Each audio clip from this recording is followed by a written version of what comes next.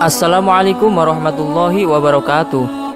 Menjadi orang yang bisa bertemu Nabi Khidir alaihissalam adalah suatu keistimewaan tersendiri. Nabi Khidir alaihissalam adalah salah satu dari 4 nabi, yakni Nabi Ilyas, Nabi Idris, dan Nabi Isa alaihissalam yang hidup sampai datangnya hari kiamat. Nabi Khidir ditangguhkan ajalnya karena meminum air kehidupan, sehingga beliau masih hidup hingga saat ini. Kisah beliau tentang mengajarkan ilmu hikmah dan kebijaksanaan kepada Nabi Musa alaihissalam tertuang dalam Al-Quran surat Al-Kahfi ayat 65-82. Nabi Khidir dijuluki juga sebagai Nabi misterius karena keberadaannya sulit ditemukan. Namun tak sedikit juga orang yang pernah ditemui Nabi Khidir alaihissalam. Beberapa di antaranya yaitu para kiai dan ulama di Indonesia. Berikut adalah 5 orang Indonesia yang pernah ditemui Nabi Khidir alaihissalam. Yang pertama, Kiai Haji Maimun Zubair Rembang. Kiai Haji Maimun Zubair atau kerap disapa Mbah Mun adalah ulama karismatik yang alim. Beliau satu di antara ulama besar asal Indonesia yang dimakamkan di pemakaman Ma'la, Makkah.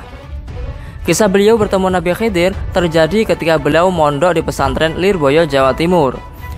Dahulu sekitar jam 11 siang ada suara yang memanggil Mbah Mun dari arah kuburan dekat pondok Lirboyo. Beliau langsung menuju ke arah kuburan itu. Ternyata setelah sampai di kuburan itu ada Nabi Khidir yang berpakaian petani dan pakai caping.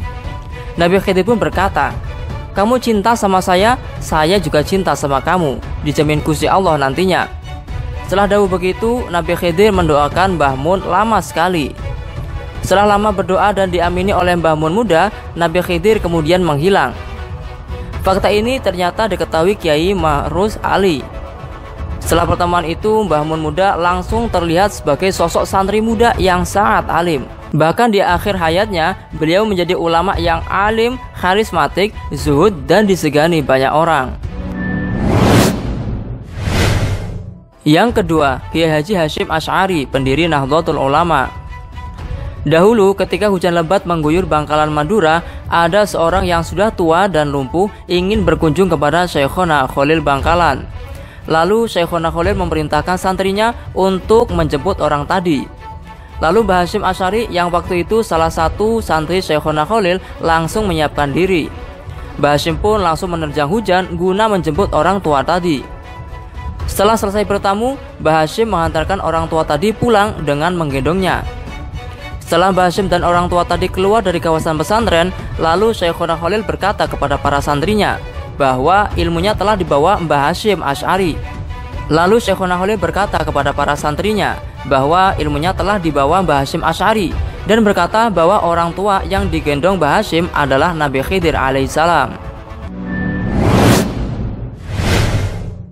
Yang ketiga, Kiai Haji Abdul Hamid Pasuruan.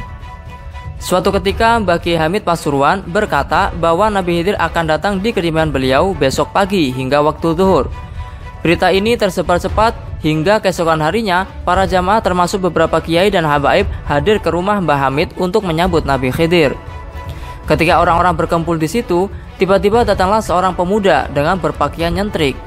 Pemuda itu langsung bersalaman dengan Mbah Kiai Hamid dan ingin mencium tangannya.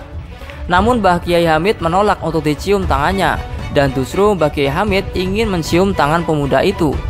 Tapi ditolak juga oleh pemuda itu. Kejadian ini tak mendapatkan perhatian dari para jamaah. Dikira itulah akhlak Kiai Hamid yang selalu memuliakan para tamunya. Setelah bertemu Kiai Hamid, pemuda itu kemudian berganti pakaian kotor dan membersihkan selokan di sekitar rumah Kiai Hamid. Ketika waktu zuhur tiba, pemuda itu kemudian pergi. Lalu setelah usai sholat zuhur, ada seorang jamaah bertanya kepada Kiai Hamid tentang kapan kedatangan Nabi Khidir.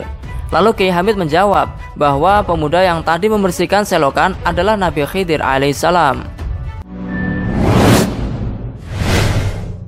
Yang keempat, Syekhona Khalil Bangkalan. Suatu hari Kiai Khalil asyik ngobrol bersama tamunya. Tiba-tiba datanglah seseorang gelandangan atau pengemis berpakaian lusuh, ingusan sambil menuntun anjing masuk ke ruang tamu. Pengemis itu tanpa izin menyeruput kopi milik Kiai Khalil. Setelah itu Kiai Khalil langsung merubah posisi duduknya dan menundukkan kepala. Kejadian ini sontak membuat tamunya jengkel dan hendak mengusir gelandangan tadi karena tidak sopan. Tapi tindakan itu dicegah Kiai Khalil sampai gelandangan itu pergi. Setelah gelandang itu pergi, Kiai Khalil menawarkan kepada tamunya siapa yang mau meminum kopi bekas gelandangan tadi. Seketika tamunya tidak ada yang mau lantaran jijik. Tak selang lama, Kiai Khalil menjelaskan bahwa gelandangan tadi adalah Nabi Khidir alaihissalam yang habis mengunjungi wali di Yaman dan Sudan. Dilanjutkan mampir menemui sahabat wali di tanah Jawa. Setelah mendengar penjelasan itu, sontak para tamu itu jadi terheran-heran dan kemudian berebut ke sisa kopi yang tinggal cangkirnya. Bahkan ada yang mencucinya dengan tujuan ala barokah. Yang kelima, Kiai Haji Husain Ilyas.